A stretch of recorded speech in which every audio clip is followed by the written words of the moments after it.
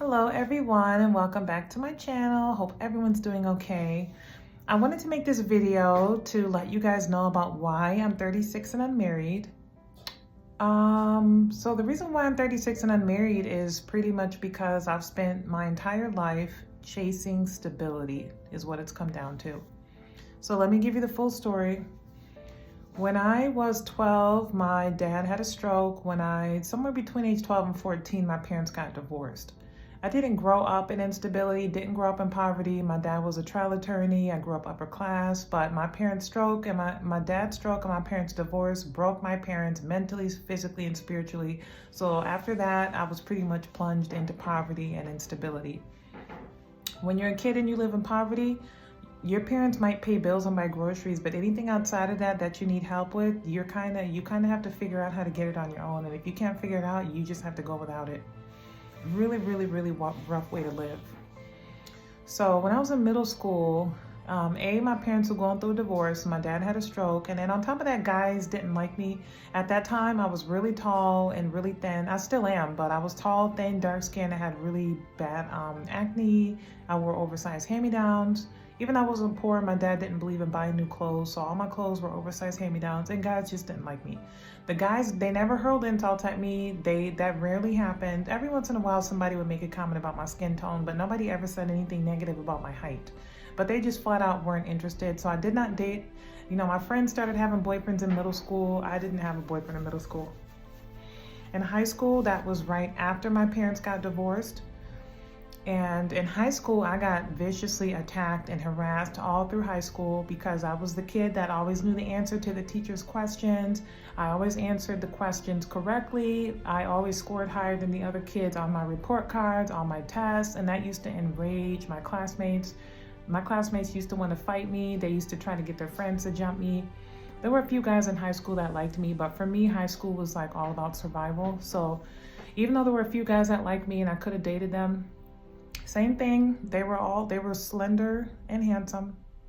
Even though there were a few guys in high school that liked me and I could have dated them, and I did think that they were attractive, they were semi-popular, they were all slender and handsome and tall.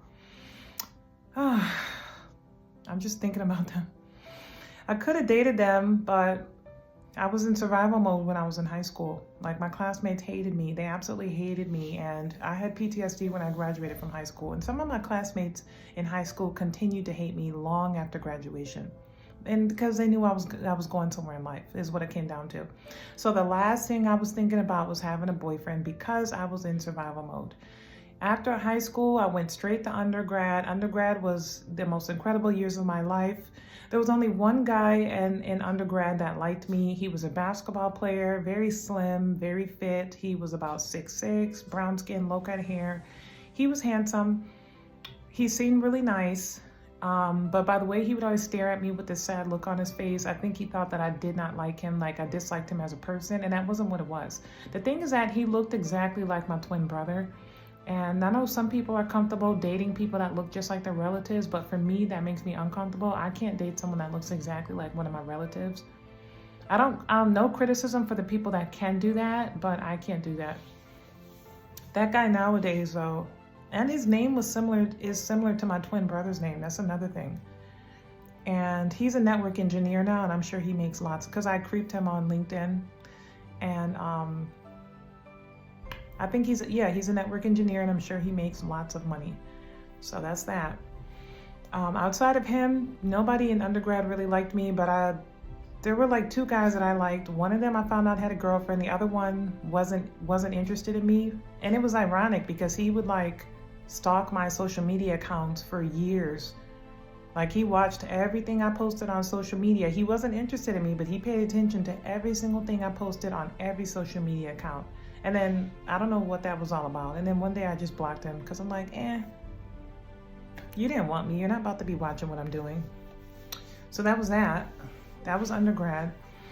I did have some anxiety in undergrad about employment and earning enough money. I mostly lived off the financial aid. I got a useless degree because when I was heading off to college, didn't have any guidance. I'm the third oldest out of 8. I was expected to figure it out on my own. So that's how I ended up with useless degrees. When you have useless degrees, but you're not cut out for manual labor, Those are the people that go and get jobs in call centers. Call centers are like fake white collar jobs. Like they are white collar, but they're like fake pseudo white collar. Yeah, so I worked in sales, customer service, call center roles for a long time. I worked for HSBC for a while, and then I worked for a behavioral therapy company. I don't have the gift of gab. I'm not an extrovert. I'm not naturally talkative. So when you work in call centers and sales and you're not naturally a talkative person, it is pure torture. But it was either work at those jobs, because nobody else would hire me. So it was either work at those jobs or slide back into poverty. So I'm like, all right, I guess I have to. So I did those jobs for a long time. I had always had really bad anxiety about hitting my sales goals and not getting fired. So just like before, I wasn't thinking about guys. I was not thinking about romance because I was just kind of always in survival mode. Looking back, in the past, women used to like bring a man into the picture if they wanted stability. So if I had that mindset, then maybe I would have done things differently, but I've never been able to rely on other people for help. Like, I've never lived that kind of life where so-and-so will take care of it for me so I can just relax. I've never been able to live like that. Even when I didn't live in poverty, when I was still upper class, before my parents got divorced, I was still never the person who could sit back and somebody will take care of me or take care of it for me. I've never had that luxury. I'm the third oldest out of 8, so I've just simply never had that luxury. I've picked up a lot of good skills from always having to be independent, but still, I mean, I was independent because I simply didn't have a choice. Anyways, yeah, I mean, every job that I've ever had, my managers always loved me, so I probably didn't have to be so stressed and anxious all the time, but those jobs really do wear you out. Even if the pay is good, the company is good, the benefits are good, those jobs really wear you out. So after undergrad, continued to work a sales job, and then 3 years later I went off to grad school. That's when I moved to New York City. I knew New York was expensive. I was taken aback at how expensive it actually was. Trying to make friends, trying to have a social life, trying to find a job that pays enough. I was not familiar with New York City culture. Like, it's just a lot of rich people that live in Manhattan, and they can immediately sniff out when you're not one of them. And they do act a certain way towards you. I don't ever go out of my way to interact with them. Like, I don't know. I don't do that. But we all live on the same island, so we are around each other. Trying to have a social life in New York just wasn't easy. It wasn't easy for me. People in Manhattan, they have some kind of weird complex about tall women. I've seen other tall women deal with aggression. So trying to make friends, trying to socialize, trying to earn enough money, competing with the children of Ivy League educated multimillionaires and their children, competing with them for jobs. I mean, is not an easy task. I underestimated how stiff the competition in New York City actually was. So trying to earn enough money in New York, again, wasn't thinking about romance. And it's unfortunate because when I worked a sales job Midtown, there were a few guys that liked me that I think they had their lives together. They were handsome, they were tall, but I wasn't thinking about guys, and I wish at that time I was. And then more recently, I've had other moments where I was out walking around and a guy will keep looking at me, like one that I find attractive, and making it obvious that he wants to talk to me. And I still have really bad social anxiety where I kind of become crippled and don't make a move. So I know for sure that, I have to push past that because I'm going to keep striking out. The last time that happened was over the summer.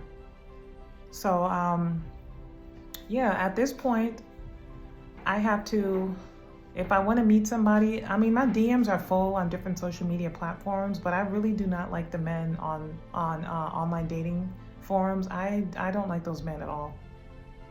I've gone on dates with a few of them, but I had a few of them that wanted to be my boyfriend, but I'm like, no, just no.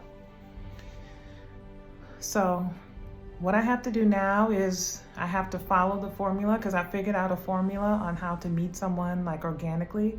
You have to go to different environments that you don't normally go to. They don't necessarily have to be social, but you have to go somewhere that you don't normally go to. You have to step away from your usual route. That's A. B, don't walk too fast. Don't be zooming from here to here. Don't rush around too fast. Pay attention to your surroundings because you might zoom past someone who's trying to get your attention. I've done that many times and didn't realize it till later. I've done that many times and then my friends pointed out to me later, didn't you see that guy staring at you? And I'm like, where? I didn't see anybody staring. That happens to me a lot. Like there's some kind of disconnect where I don't always notice guys are interested in me. I don't know what the deal is. And also, if a guy shows interest in me and it's someone that I find attractive, I know that I have to do something to let him know I'm interested, like smile or wave or something. The last time that happened was over the summer. That guy was so attractive. He was so handsome and he looked kind of sad that I didn't come over to him and talk to him. And I'm probably going to be thinking about that forever. I've done that so many times. A few guys made it so, I was just out and about, not looking for anybody, running errands. They made it obvious they wanted me to come and talk to them. And I was too much of a coward to make a move. So it just replays in my mind over and over. Anyways, so that's why I'm 36 and unmarried, because I've been chasing stability my whole life, and I'm still chasing stability, but now I have to definitely factor in a guy, and don't be shy and socially anxious when I'm out and about and I bump into someone that makes it obvious that they want to talk to me. Because physically they're always my type. It's just me being a coward is why I'm striking out. So that's why I'm 36 and unmarried. I'm not gonna give up.